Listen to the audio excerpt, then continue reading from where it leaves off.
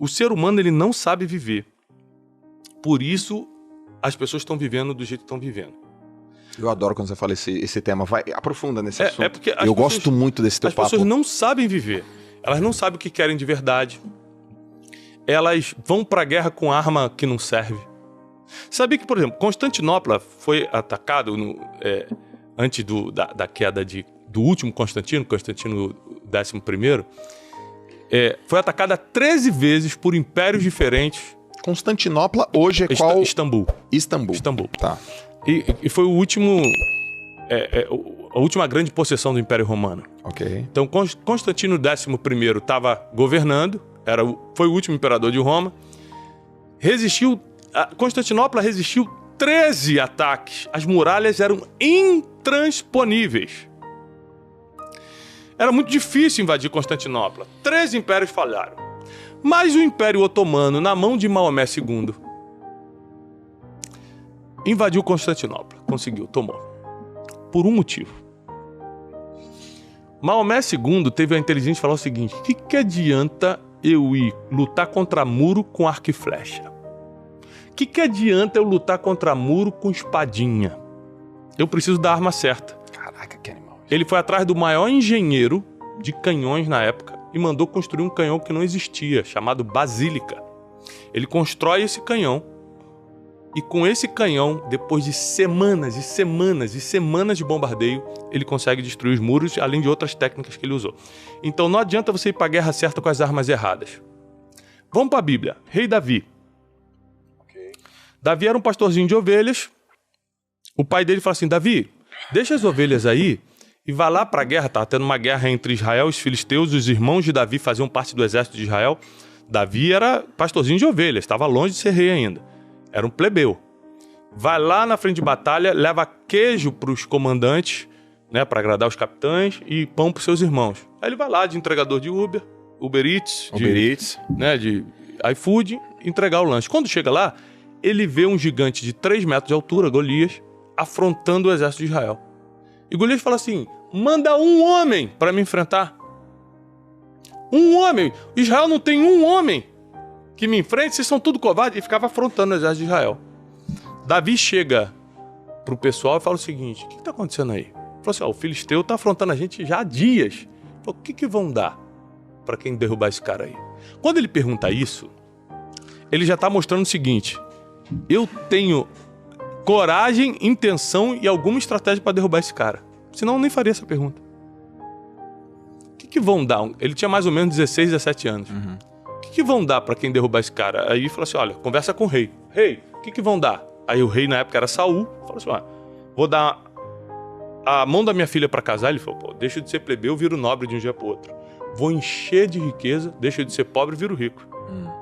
E vou isentar a casa do pai de impostos de Israel. Naquela época, os impostos de Israel eram quase 40%. Ele falou: pô, vou honrar meu pai e minha mãe tirando os impostos. Quer saber? Vamos fazer isso. Eu vou derrubar.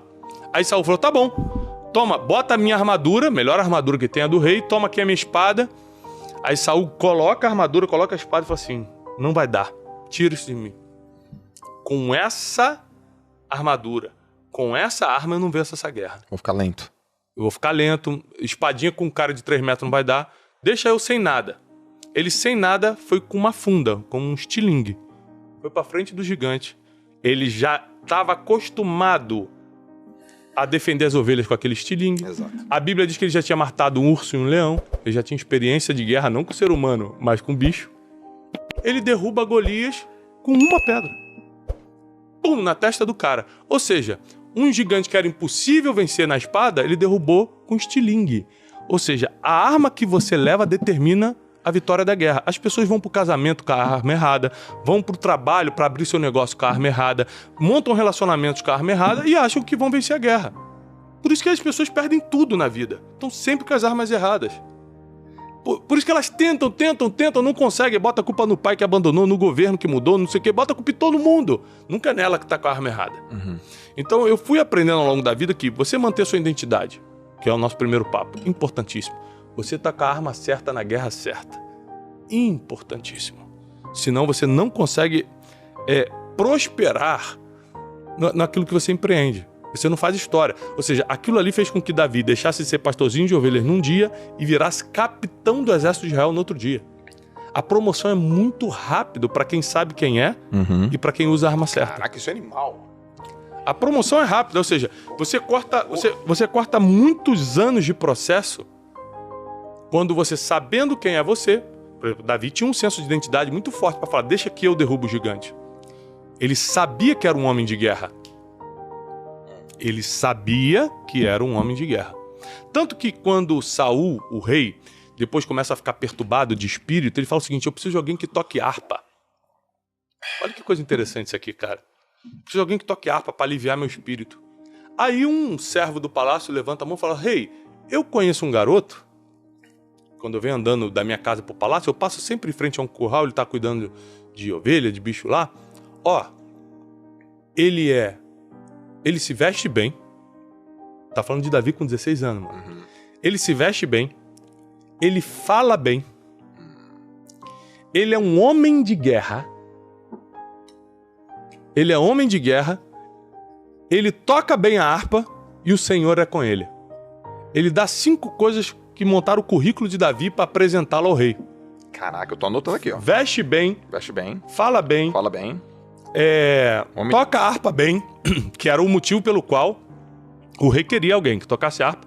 Ele é um homem de guerra e o Senhor é com ele, ou seja, ele tem uma bênção divina diferente. Aí Saul, manda trazer esse garoto aqui.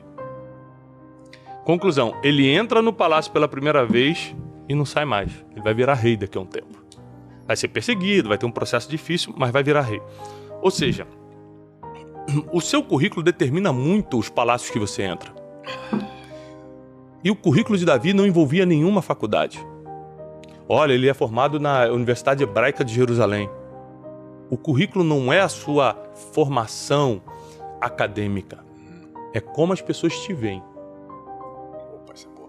Como as pessoas te veem é o currículo que ela passa para os outros. Então, se você não tem senso de identidade, você não sabe quem você é e não luta com a arma certa, as pessoas vão comunicar erradamente quem você é e seu currículo sempre vai ser fraco. Então, a porta do palácio sempre vai ficar fechada. Ou seja, o nível da sua preparação determina o nível do palácio que você entra. Só entra em palácio quem tem qualidade para estar diante de reis. Então a pessoa não desenvolveu nenhuma qualidade e não consegue entrar em palácio. Aí o que essa pessoa vira? O hater da internet. Já tá gastando dinheiro de novo, Joel? Já comprou relógio de novo, Joel? Vai viajar de novo? Tá na Disney? Vira o hater. Por quê? Ele não conseguiu o que você conseguiu. Porque você teve identidade e arma certa. Ele não. Então por que eu faço votos que todo mundo prospere? Para diminuir o ódio. Porque esse ódio que tá no mundo, principalmente na internet, é pelos que não prosperaram. Você nunca viu um cara que prosperou atacando o outro. Não existe, não tem histórico disso. É verdade. Por isso que eu quero ajudar todo mundo. E quando eu digo prosperar, não é só financeiramente, não. Espiritualmente, na família. O cara não precisa nem ter dinheiro, mas se ele estiver bem na família, ele já não tá perturbando os outros na internet. Porque ele tem filho pra criar, tá bem casado, tá feliz, não fica lá xingando as pessoas na internet.